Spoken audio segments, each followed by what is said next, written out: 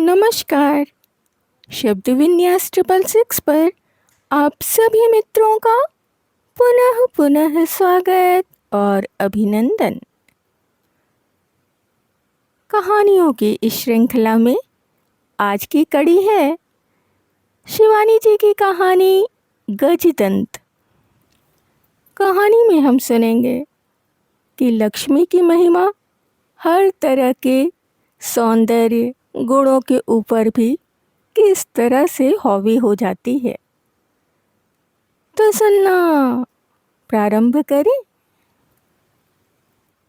लक्ष्मी के कटाक्ष की महिमा आज इतने वर्षों बाद समझ पाई हूँ। चाहने पर निश्चय ही श्रीपति प्रिया कामदेव के कठिन बाणों को व्यर्थ सिद्ध कर सकती है। ऐसा नहीं होता तो क्या उस विकट प्रणय ज्वर का रोगी गिरेंद्र घातक स्मर गरल पान कर भी लक्ष्मी का वरद हस्त थामते ही ऐसे लहलहा उठता।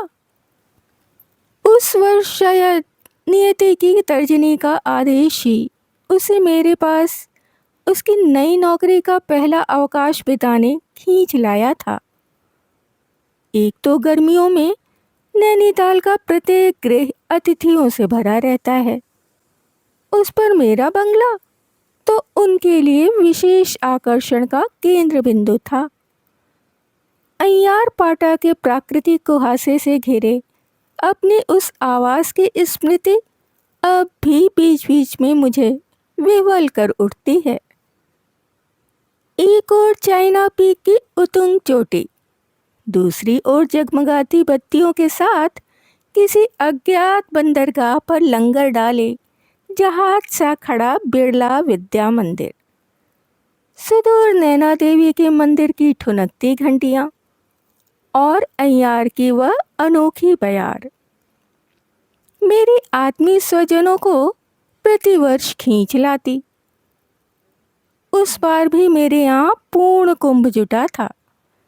इसी से मैंने निम्मी को अपना हाथ बटाने बुला लिया था। मैं जब भी उसे बुलाती उसकी माँ उसे सहर्ष भेज देती। तुम्हारे पास 10-20 दिन रह लेती है तो लड़की का चेहरा निखर आता है। घर पर तो 2 जून खाना भी नहीं जुटता अभागी को। निम्मी की माँ तारा मेरे दूर के संपर्क की ममेरी बहन थी। कभी 7-8 थान गाय भैंस, मकान दुकान सब कुछ था, किंतु धीरे धीरे उसके पति का विलासी स्वभाव उसे पथ की भिखारिणी बना गया था। जब पिता ने पुत्र की गतिविधि देखी तो उसे बांधने सुंदरी तारा से फेरे फिरवा चाय की दुकान खोल दी।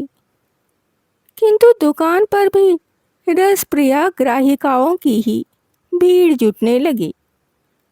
बिना पैसों के ही ग्राम की तरुणी विधवाओं और अनब्याही किशोरियों के कंठ सिक्त होने लगे और एक दिन तारा के वृद्ध ससुर के पीड़ित हृदय के साथ साथ पति की दुकान भी बैठ गई।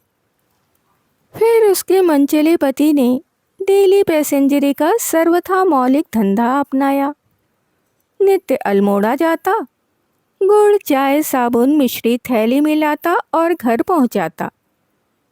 पर कुछ ही महीनों में फिर नारी की नित्य नवीन फरमाइशों ने पुरुष के दुर्बल चित्त को पराजित कर दिया। टिकुली, रंगीन फुंदे और सुवासित केश तेल पुनः महा औदार्य से निःशुल्क वितरित होने लगा। 2 पुत्रियों का पिता बन जाने पर भी उसके निरंकुश स्वेच्छाचारी जीवन में कोई परिवर्तन नहीं हुआ। किंतु जितने ही अकर्मण्य मेरे बहनोई थे, उतनी ही कर्मठ थी मेरी बहन तारा। उसी ने अमानवीय धैर्य से बंधक धरे खेत छुड़ाए, बैलों की जोड़ी ली और रिक्त खूंटे से एक अधेड़ सी गाय भी पाल ली। उसी की बड़ी पुत्री निम्मी अब 17 वर्ष की हो चुकी थी। देखने में ढोलक लेकर सोहर बनने गाने में चौकपुर अल्पना देने में वह बेजोड़ थी, किंतु स्वास्थ्य की पूंजी थी अत्यंत सीमित। तुमने बड़े पुण्य किए हैं तारा, मैं कहती। लड़की की यही गढ़न रही हो, 7-8 साल तक तुम इसके विवाह की चिंता से दूर रह सकती हो। ठीक ही कह रही हो दीदी, वह एक लंबी सांस खींचकर कहती। पर हमारे समाज को तो तुम जानती ही हो, पराई अनब्याही बेटियों की उम्र तो उनके जिह्वाग्र पर रहती है। जितने दिन भी निम्मी मेरे पास रहती, मैं गृह कार्य से जीवन मुक्ति सी पा लेती। मेरे उठने से भी पहले वह न जाने कब उठ नहा धो चाय का पानी चढ़ा देती। कौन अतिथि कलई का गर्म गिलास थामता है, किसे ट्रे का आडंबर पसंद है, सब उसे कंठस्थ रहता। इधर सबकी बेटी निपटती, उधर वह टोस्ट सेक, अंडे उबाल, नाश्ते का आयोजन कर डालती। उस पर्व को भी कुशलता से निपटा, स्वयं ही सब्जी काट छौंक, दाल चढ़ा, चावल बीनने बैठ जाती। जब हम खाना खा लॉन में पहाड़ की क्षण स्थायी धूप का आनंद लेने बैठते, वह अपना कोई अधबुना स्वेटर या मोजा लेकर सींकें खटखटाने लगती। लगता था विधाता ने उस परिश्रमी किशोरी का एक एक पल पूर्व नियोजित कर उसे सिखा पढ़ा दिया है। उसी वर्ष उसने हाई स्कूल की परीक्षा दी थी। इसी से परीक्षा के परिश्रम से कमनीय चेहरे की कांति को मलिन कर दिया था। फिर भी उजड़ जाने पर भी दिल्ली दिल्ली ही थी। उस साल ठंड बेहद थी और उसके पास पहाड़ी ऊन का एक खुरदरा सा कार्डिगन ही था। इसी से मैंने उसे अपना एक काला शॉल निकाल कर दे दिया। उसे ही ढांप ढूंप वह चूल्हे के पास रोटी सेकने बैठी तो मैं उसे देखती ही रह गई। शॉल का जीर्ण कलेवर भी जैसे उसकी लावण्य द्युति से नवीन हो उठा था। इधर मैं जानबूझकर ही उसे जनेऊ, शादी, मुंडन में निमंत्रणों में साथ ले जाती थी। उसकी माँ ने मुझसे बार बार कहा था कि कहीं कोई सुपात्र दिखे तो उसे सूचित करूं। उसका रूप निश्चय ही देखने वालियों का कौतूहल जागृत कर देगा। होता भी ऐसा ही। महिलाओं के नाना प्रश्न मुझे पींझ देते। कौन है जी यह? किसकी बिटिया है? और जहां मैं उसके अभागे जनक का नाम बताती, एक साथ ही कुतूहल में उठी 20 भ्रुकुटियां नीचे झुक जाती। कौन नहीं जानता था उस रूप पिपासु आदमखोर को। कॉर्बेट वाले क्रूर नरभक्षी से क्या वह किसी अंश में कुछ कम था? एक बार तो सुना, बाड़े खोला की डोमनियां उसकी तीखी नाखी काटने जा रही थीं। किसी दयालु पुरोहित ने बीच बचाव कर उसे छुड़ा लिया था। उस निरीह किशोरी का विवाहाकाश गहन मेघ खंडों से आच्छन्न था। पर तभी उस धूमकेतु के क्षणिक प्रकाश पुंज ने उस दुर्भेद्य अंधकार को चीर मुझे चौंधिया दिया था। उसका सौभाग्य कहूँ या दुर्भाग्य, बेचारी को एक दिन नजले ने पकड़ लिया, फिर हो गया निमोनिया। गिरीन्द्र ने उसी वर्ष अपनी हाउस सर्जनी का कार्य संभाला था। नया नया मुल्ला था, इसी से शायद नमाज में दोहरा होता चला गया। कभी उसे सुई लगाता, कभी टेम्परेचर लेता, कभी अकारण ही पसलियां खटखटाता और कभी बाहों का सहारा दे उसे ग्लूकोज पिलाता। मामी, ये बेहद एनेमिक हैं। लखनऊ जाते ही मैं इनके लिए विटामिन की गोलियां भेजूंगा। वह कहता और मैं मुंह छिपाकर हंस लेती। जी में आता कह दूं, अब तुझे लखनऊ पहुंचकर गोलियां नहीं भेजनी होंगी। गिरेंद्र देखता ही नहीं, तेरा स्पर्श पाते ही तो अदृश्य विटामिनों का अबीर उसके सुचिक्कन कपोलों को रंग जाता है। इससे बढ़कर भला संसार का और कौन सा विटामिन हो सकता है। 7वें दिन बुखार उतर गया और फिर एक दिन वह बड़े उत्साह से कहने लगा, मामी जी, कहें तो इन्हें थोड़ा घुमा लाऊं, टहलने से थोड़ा बदलाव भी हो जाएगा।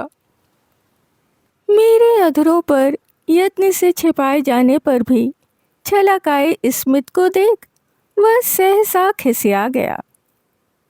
हाँ हाँ, मैंने कहा, घूमा निम्मी, शॉल ओढ़कर जाना, समझी।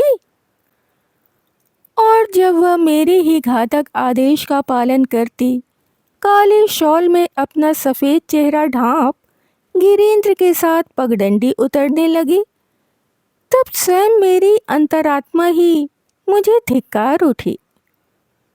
छी छी, यह कैसा बचपना था मेरा। सब कुछ जानबूझकर भी मैं अभागिनी को सब्ज बाग क्यों दिखा रही थी। क्या मैं अपनी महत्वाकांक्षिणी नंद को नहीं पहचानती थी। अपने इस इकलौते सुदर्शन पुत्र को लेकर वह तो इसके जन्म से ही उसके और अपने भविष्य का सुनहला जाल बुन रही थी। प्रतिष्ठा, सत्ता, वैभव और कीर्ति के छलनामय आकर्षण का मोतियाबिंद अब पूर्ण रूप से उसकी आंखों की ज्योति छीन चुका था। जो अपनी एक मध्यम वर्गीय क्लर्क से ब्याहे जाने की व्यथा को, अपने तेजस्वी सौंदर्य की पराजय की मर्मांतक वेदना को, किसी समृद्ध परिवार की राजकन्या को बहू बनाकर भूलना चाहती थी, उसे क्या मेरी दरिद्र भतीजी का सौंदर्य बांध पाएगा। फिर क्या जीवन के लंबे अनुभव ने मुझे यह नहीं सिखा दिया था कि कर्तव्य और प्रेम के कठिन संघर्ष में कोई विरला ही प्रेम का कंटकाकीर्ण पथ चुन पाता है।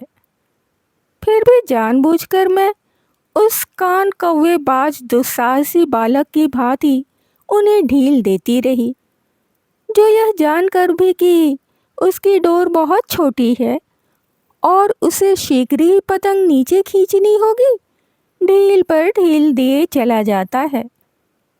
हुआ वही जो ऐसी अवस्था में होता है। डोर सहित पतंग भी मेरे हाथ से निकल गई। दोनों नित्य एक ही जनशून्य पगडंडी का सूत्र पकड़कर उतरते और दिन डूबे लौटते। एक दिन मैं खिड़की पर खड़ी थी।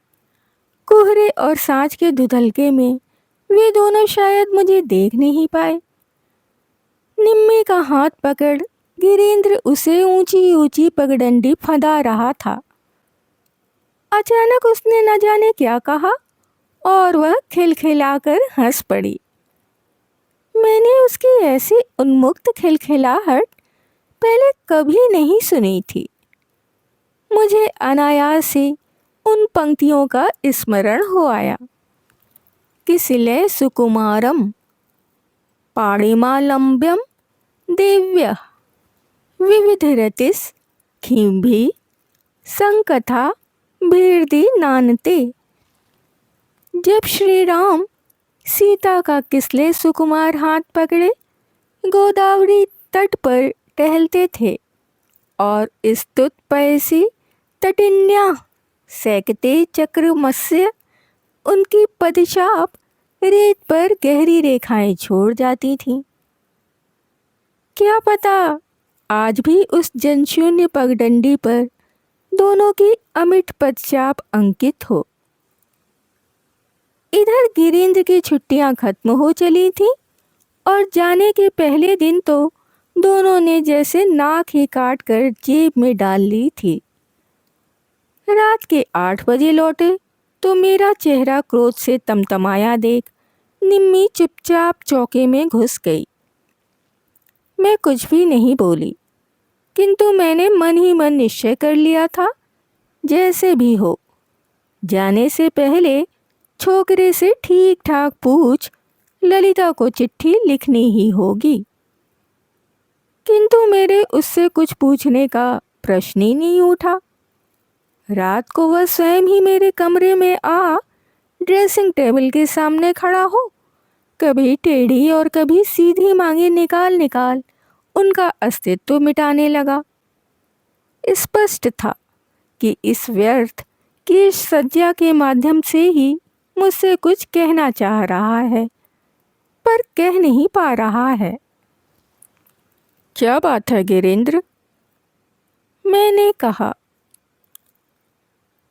क्यों, तुम्हारी माँ को लिख दूं? मतलब क्या लिख दूं, कह रही हो?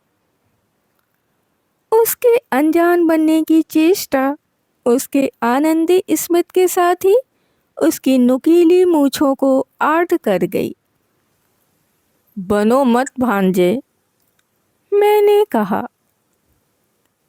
कल जब निम्मी तुम्हें कोट थमा रही थी, लज्जा, समर्पण और असहायता की त्रिवेणी का संगम न देख पाती?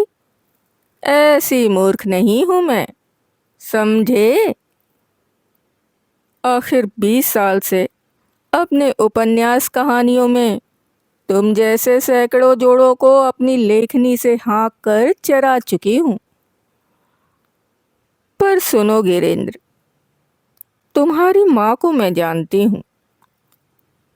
वह कभी इस रिश्ते के लिए राजी नहीं होगी। क्यों? उसका दयनीय चेहरा देख मुझे तरस आ गया। इसलिए कि तुम्हारे दुर्भाग्य से निम्मी के पिता के वैभव का ही नहीं, चरित्र का पलड़ा भी झुका ही हुआ है। तुम क्या सोचती हो, मैं पैसे के लिए विवाह करूंगा? वह तुनक गया। मैं क्यों सोचूंगी गिरीन्द्र, पर तुम्हारी माँ ने तुम्हारे जन्म से पहले ही ऐसा सोच लिया है। तुम्हें कैसे पता? क्योंकि उन्होंने एक नहीं अनेक बार मुझसे कहा है कि जब भी बहू लाएंगी ठोक पीट कर ऐसे गृह की कन्या लाएंगी जहां लक्ष्मी स्थिर आसन लगाकर विराजमान हो। तुम अम्मा को सब समझा कर लिख दो ना मामी। क्या समझा कर? मैंने जानबूझकर ही उसे छेड़ दिया। यही सब। और वह फिर लड़कियों की भांति लजाता लाल पड़ गया। मेरा पत्र और गिरीन्द्र शायद एक ही डाकगाड़ी से निकले होंगे। उत्तर भी मुझे समय से ही मिला था, किंतु पत्र की कटु भाषा में यदि जलाने की शक्ति होती तो मैं निश्चय ही झुलस जाती। पत्र क्या था जिसे शायद जानबूझकर ही मुझे अपने दुस्साहसी प्रस्ताव सहित भस्म करने भेजा गया था। छी छी, तुमसे मुझे ऐसी आशा नहीं थी भाभी। और कोई नहीं मिला तुम्हें? वह नकट्टे रमेश की बिटिया रह गई थी मेरे लिए। तुम्हें तो पता है अभागे ने शादी से पहले मुझे कैसी कैसी नंगी चिट्ठियां लिख मारी थी। तुम कहती हो गिरीन्द्र को लड़की बेहद पसंद है। अपने ये प्रणय प्रसंग अपने कथानकों तक ही सीमित रखो, समझी? मैंने गुस्से में भुनभुनाकर चिट्ठी फाड़ दी। 3 महीने तक मुझे फिर उनकी कोई खबर नहीं मिली। चौथे महीने वह तार मिला, फौरन चली आओ। मेरे नंदोई रक्तचाप के पुराने मरीज थे। कहीं कुछ स्ट्रोक तो नहीं पड़ गया? मैं भागती भागती गई। मैं जानती थी तुम अवश्य आओगी। ललिता ने मुझे बाहों में भर लिया। बड़ी ऊंची जगह से गिरिंद का रिश्ता आया है। कलकत्ता के पास रहते हैं वर्षों से। प्रवासी पहाड़ी परिवार है। लाखों का कारोबार है। संबद्ध समृद्धि सब एकदम ऊंची। उस पर इकलौती पुत्री है।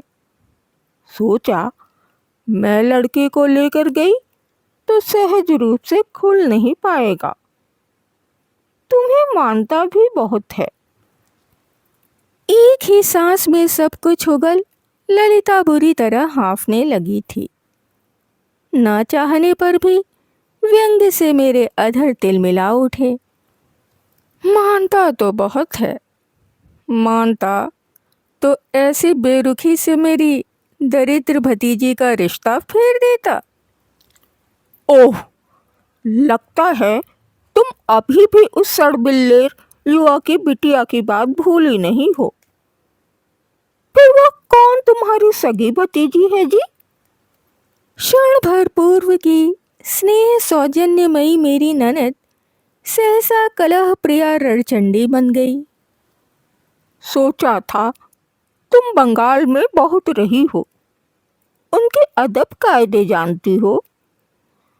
फिर एक बात और भी थी। इस बार उसके प्रस्ताव के दुर्बल पक्ष ने सहसा उसकी वाणी को निस्तेज बना दिया। क्या? लड़की देखने में साधारण है, कुछ अंग दोष भी है शायद। वह फुसफुसाई। क्यों? लंगड़ी है या कानी? न चाहने पर भी 2 दिन पूर्व बस स्टेशन पर मुझे छोड़ने आई भतीजी के म्लान अवसन्न चेहरे की स्मृति मुझे कर्कशा बना रही थी। तुम क्या सोचती हो जी? मैं क्या गिरिंद्र की सौतेली माँ हूँ जो उसके लिए कानी लूली लड़की लाऊंगी? वह तो सुना है कि दांत जरा ऊंचे हैं, इसी से तुम्हें बुलाया था। कहानियाँ लिखती हो और नायिका का ऐसा सुंदर वर्णन करती हो, निश्चय ही। मैंने इस बार भुनभुनाकर उसे बीच ही में रोक दिया। वाह, खूब कही। कहानियाँ लिखती हूँ तो क्या अपनी लेखनी से तुम्हारी भावी पुत्र वधू के ऊंचे दांत भी भीतर ठूस सकती हूँ? मेरी लेखनी केवल काल्पनिक नायिका का ही सौंदर्य संवारती है। ललिता, यथार्थ को संवारने की शक्ति विधाता ने मुझे नहीं दी। मेरा मतलब तुम समझी नहीं। उसका गला सचमुच ही रुंध गया।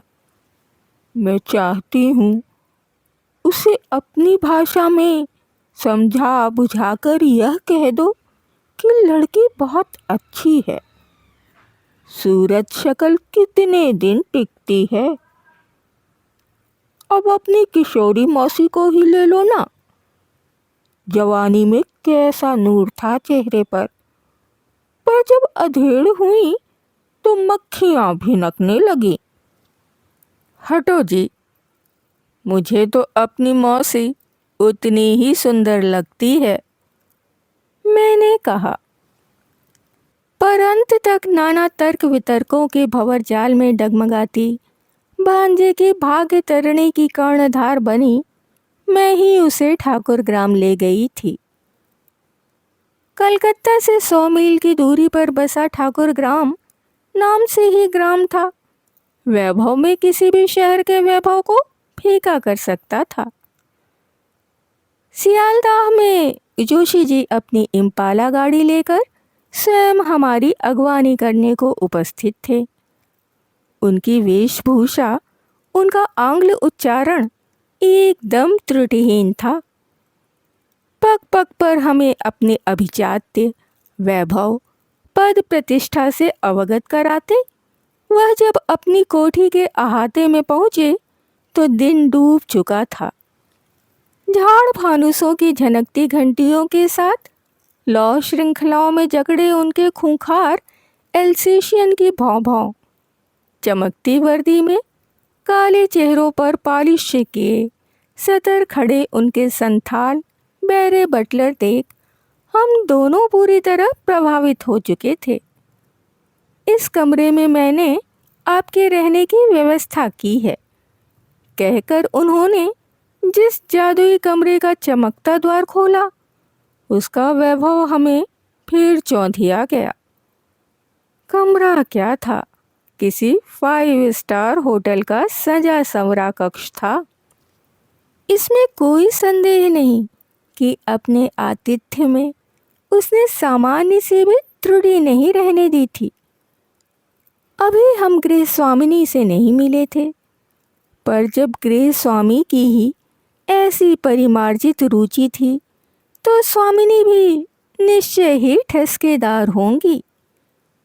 कैसी ही संपन्न रुचि क्यों ना हो, जहाँ तक व्यक्तित्व का प्रश्न था, गिरीन्द्र किसी भी कसौटी में खरा उतर सकता था। उसकी मुझे कोई चिंता नहीं थी, किंतु कन्या यदि अपने पिता पर पड़ी होगी तो निम्मी के कमनीय चेहरे की स्मृति बड़ी सुगमता से स्वयं उसका भविष्य संवार देगी। मैं मन ही मन प्रसन्न ही हुई थी। जोशी जी के चमकते जूतों से लेकर डिनर जैकेट, वॉइल्ड शर्ट का स्टिफ कॉलर, सब कुछ बेजोड़ था, किंतु उसके बौने कद और चेहरे ने जैसे उनके वैभव और वेशभूषा पर झाड़ू फेर कर रख दी थी। एकदम ही बौना कद, तंग पेशानी, इतनी बारीकी से तराशी गई दाढ़ी कि ठुड्डी एकदम ही नंगी लगती चेहरे को अश्लील बना गई थी। माथा संकुचित तो था ही, उस पर कुटिल आंखों के सानिध्य ने उसे और छोटा बना दिया था। मोटे अधर, ऊपर से पतली होने पर भी नीचे से सहसा फैल गई नासिका के कुछ कुछ फूले नथुने देखने वाले को सहमा देते थे। कुल मिलाकर चेहरा एक विलासी, कामुक, क्रूर व्यक्ति का ही लगता था।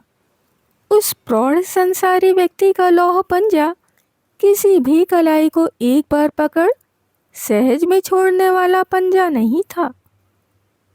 उनकी सौसेज सी पृथुल उंगलियों की अदृश्य पकड़ में अपनी निरीह दुर्बल चित्त भांजे की कलाई को थरथराते मेरी अनुभवी दृष्टि ने देख लिया था। जोशी जी हमें बड़े ही स्नेहपूर्ण सौजन्य से अपने खाने के कमरे में ले गए और घुमा घुमा कर अपना अपूर्व संकलन दिखाने लगे।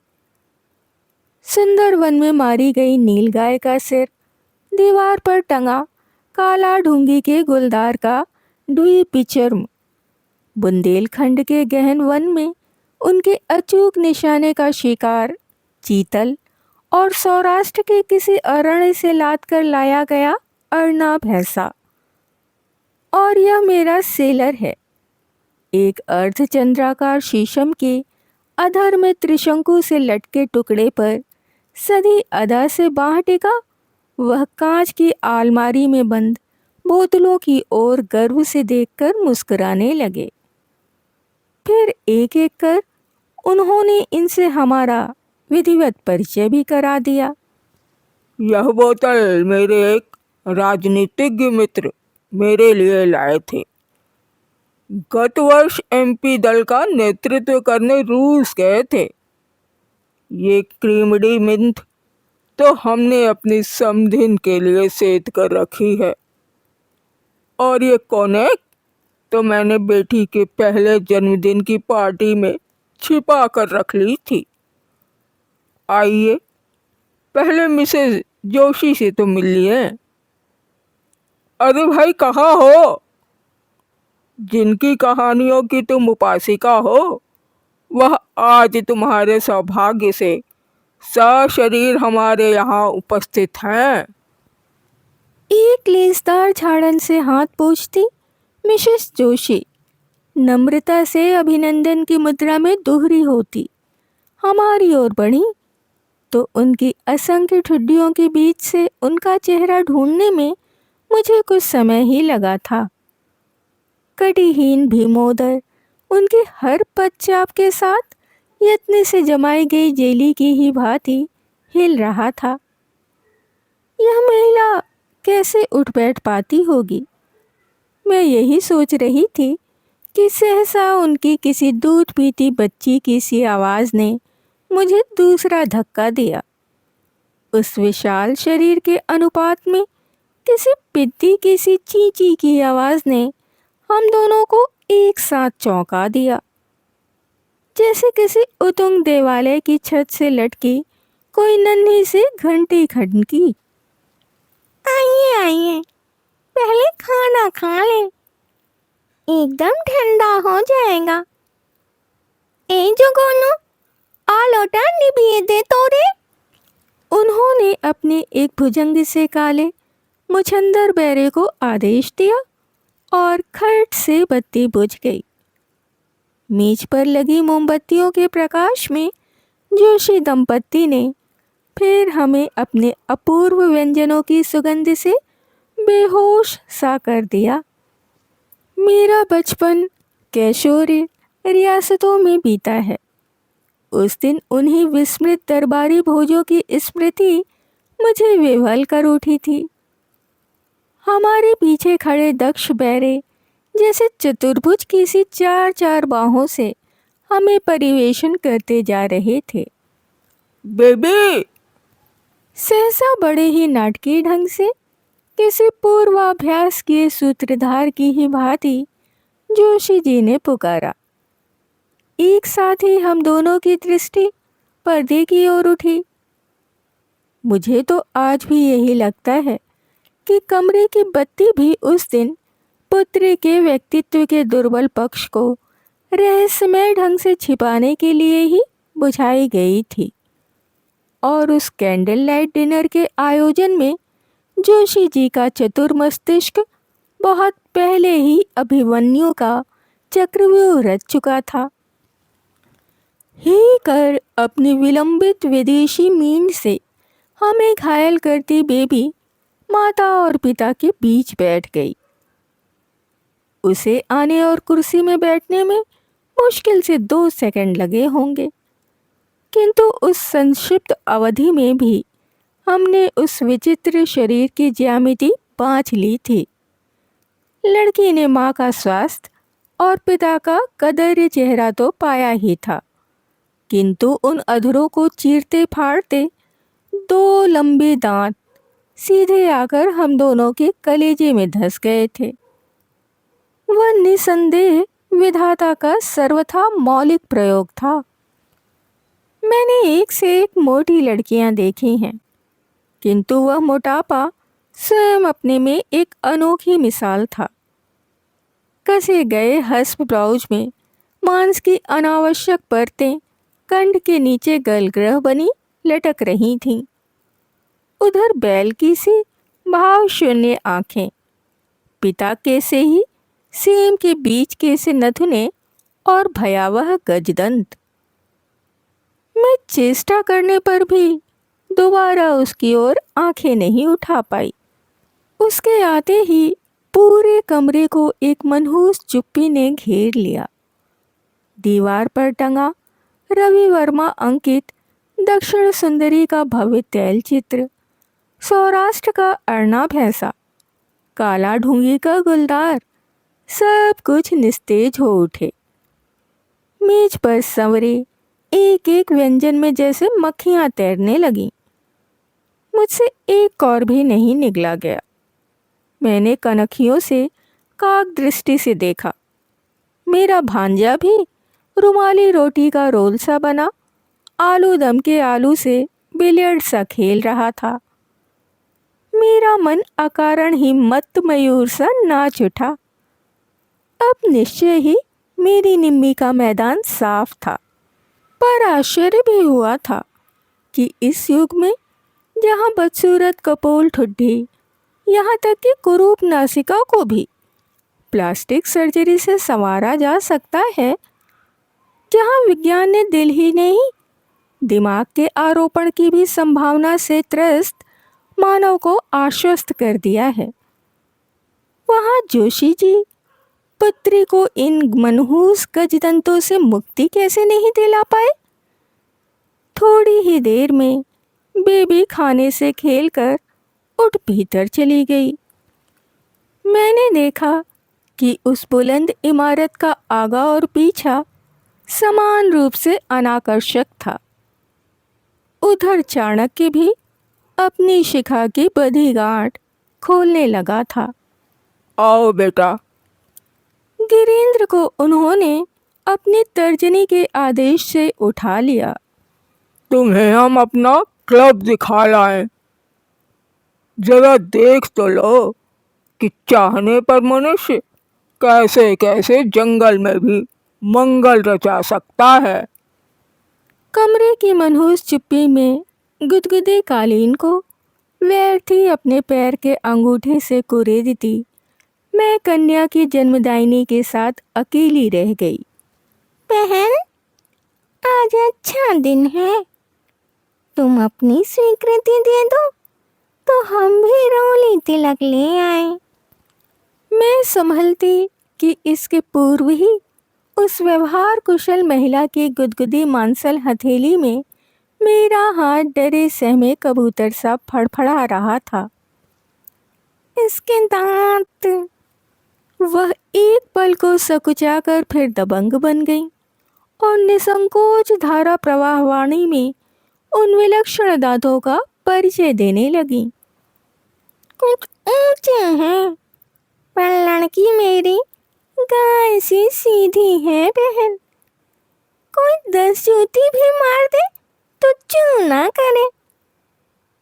वैसे इसके पिता इसे सबसे प्रसिद्ध डेंटल क्लिनिक में भी दिखा चुके हैं, पर दुर्भाग्य से कोई भी इन्हें तोड़ने को राजी नहीं हुआ। कहते हैं इन अभागे दुश्मन दांतों की जड़ें इसके दिमाग से जुड़ी हैं। हो सकता है तोड़ने पर मानसिक संतुलन ही खो बैठे। वह तो बिना दांत तोड़े भी शायद खो बैठी है। मैं कहने को ललक उठी। सचमुच ही उसका मंगोल चेहरा किसी वज्र मूर्खा का ही था। देखिए, मैंने गंभीर स्वर में कहा, यह बात तो गिरीन्द्र ही बता सकता है, उसी से पूछ ले। हो सकता है मेरे सामने संकोचवश कुछ कह नहीं पाए। आप क्लब ही जाकर उससे पूछ आइए ना। मैंने बड़े कौशल से फिर अपने गले का फंदा काटकर दूर फेंक दिया। ओह, धन्यवाद। कैसे विलक्षण सूझ है आपकी। तभी तो आपकी कहानियाँ इतनी दिलचस्प लगती हैं मुझे। मैं अभी जानती हूँ। क्यों बहन जी, बेबी को भी ले जाऊं? एकदम कठपुतली सी ठुमकती वह मेरे उत्तर की प्रतीक्षा में खड़ी हो गई। हाँ हाँ, ले जाइए ना।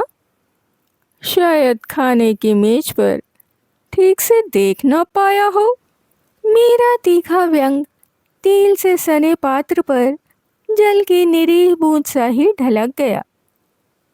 थोड़ी ही देर में माँ बेटी की बौने सर्कसी जोकरों की सी जोड़ी को विदा होते देख मैंने निश्चिंतता की सांस ली। पर मैं क्या जानती थी कि उसे माँ के साथ भेजने में मेरा कुटिल अभिप्राय जान लेने को छोड़ी गई मूठ की ही भांति स्वयं प्रेरक को भी निष्प्राण कर देगा। बड़ी देर बाद जब उत्फुल्ल परिवार क्लब से लौटा, तब वराहदंती बेबी का निर्विकार भाव शून्य चेहरा भी प्रसन्नता से दमक रहा था। जोशाइन ने उसे मेरे पैरों पर लगभग ढकेल ही दिया था। पैर छू इनके, आज से ये तेरी ममिया सास है। मैं एक क्षण को स्तब्ध रह गई। तब क्या अभागा जानबूझकर ही आंखें बंद कर अंधे कुएं में कूद पड़ा था। रात्रि के एकांत में अगल बगल सोने पर भी मैं फिर उससे एक शब्द नहीं बोल पाई थी। कौन कहता है कि देवता भी स्त्री चरित्र को नहीं बांट सकते। पग पग पर गिरगिटी रंग बदलने वाले पुरुषों पर हमारे रस सिद्ध कवि, गुणी नीतिज्ञ ऐसी कोई उक्ति क्यों नहीं लिख गए। दूसरे ही दिन हमें जाना था। इसी से बड़े तड़के ही से जोशी दंपत्ति ने हम पर उपहारों की चांदमारी सी कर दी। हीरे की अंगूठी, मखमली थैली में सोने की मुहरें, घर भर के लिए बंगाल की प्रणामी प्रथानुसार भारी भरकम साड़ियाँ, बाग बाजारी रसगुल्ले और भीमनागी संदेश। स्वयं अपनी ही भारी ऑर्गेंजा की असली जरी को सहलाती मैं अपने शत विक्षत चित्त की वेदना भी एक क्षण के लिए भूल बिसर गई थी। विवाह की तिथि भी उन्होंने उसी दिन निश्चित कर तीसरे ही महीने विवाह निपटा दिया था। गिरीन्द्र मेरी इकलौती ननद का इकलौता पुत्र था। इसी से यह कैसे हो सकता था कि मैं ना जाती। मैं गई, पर उस आनंद और मोहल्लास के बीच काले शॉल में लिपटे डबडबाए सफ़ेद चेहरे की स्मृति मुझे रह रहकर व्याकुल कर उठती थी। मुख में कलकत्ते का स्पंजे रसगुल्ला दबा रहने पर भी स्वाद बीच बीच में स्वयं ही कड़वा हो उठता था। जी में आता था थूक दूं, जैसे कोई कड़वी कैप्सूल कंठी में अटक अपनी कड़वाहट का जहर मेरी पूरी श्वास नली में घोल गई थी।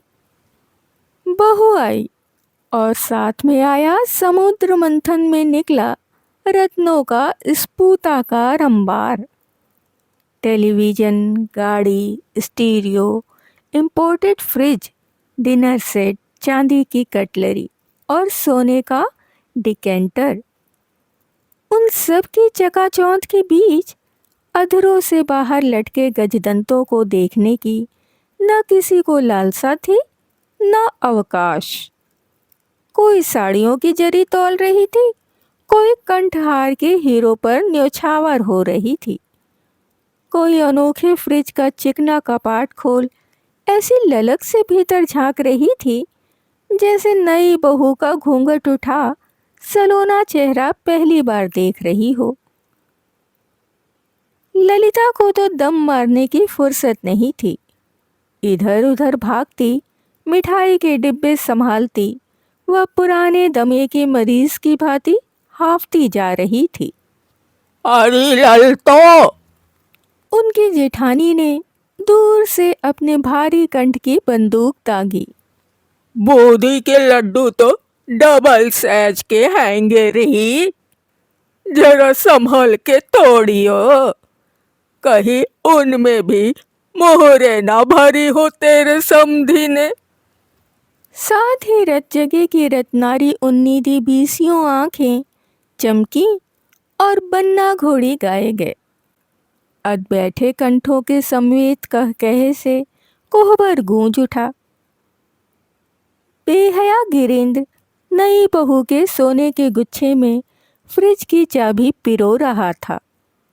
एक बार भी उसने सिर उठाकर मेरी ओर नहीं देखा। मैंने भी कुछ नहीं कहा। मैं समझ गई कि बेचारा स्वयं ही अंतरात्मा के चाबुक की सड़ासड़ मार से तड़प रहा है। मैंने सामान कार में रखवाया। चलने लगी तो ललिता ने हाथ पकड़ लिया। हाय, एक दिन तो रुक जाती, बहू का पूरा सामान भी तो नहीं दिखा पाई तुम्हें। उसके स्वर में स्नेह का लवलेश भी नहीं था। उस कंठ का अहंकार ही एक बार फिर मेरे कटे घाव पर नमक बुरक गया।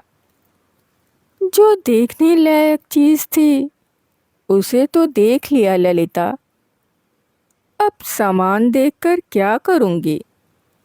काले शॉल वाला चेहरा मेरे जिह्वाग्र पर बैठ जैसे स्वयं मुखरा बना प्रतिशोध ले रहा था। अरे हाँ, तुम्हें तो बताना ही भूल गई। दर्प दीप्त स्वर अब उसने शायद जानबूझकर ही आसपास खड़ी महिलाओं को सुनाने के लिए और ऊंचा कर दिया था। द्वाराचार में बहू के नाम का 1.25 लाख के बीमे का कागज भी रख दिया था समझी ने। अच्छा। चलते चलते फिर मैंने भी अपनी दरिद्र भतीजी के अपमान का पूरा पूरा बदला ले ही लिया। यह कहावत तो आज तक सुनी ही थी ललिता, कि मरा हाथी भी 1.25 लाख का होता है। आज उसे चरितार्थ होते भी देख लिया। मैंने कहा और देशी उस्तरे की धार सी अपनी ही व्यंग्यात्मक घातक हंसी से ननद को घायल कर तेजी से सीढ़ियां उतर गई। अभी आप सुन रहे थे शिवानी जी की कहानी गजदंत। कहानी आपको कैसी लगी? अपने विचार हमारे साथ अवश्य ही साझा करें। यदि कहानी आपको पसंद आई हो तो आप इसे लाइक कर सकते हैं, मित्रों और परिवारजनों में शेयर भी कर सकते हैं। जो भी सदस्य पहली बार चैनल पर आए हैं वो आगे भी हमारे साथ बने रहने के लिए चैनल को सब्सक्राइब कर लें और बेल आइकन को दबाना बिल्कुल भी ना भूलें। कहानियों और उनके प्रस्तुतिकरण से संबंधित यदि कोई विचार, सुझाव, आलोचना या फरमाइश आपके पास हो तो उसे कमेंट्स के जरिए हम तक आने दें। इसके अतिरिक्त अपनी पसंद की कोई कहानी, उपन्यास या अपनी पसंदीदा किसी लेखक की कोई रचना यदि आप हमारे द्वारा इस मंच के द्वारा सुनना चाहते हैं तो उसके लिए भी आप कमेंट्स में हमें लिख सकते हैं। अभी के लिए विदा। शुक्रिया।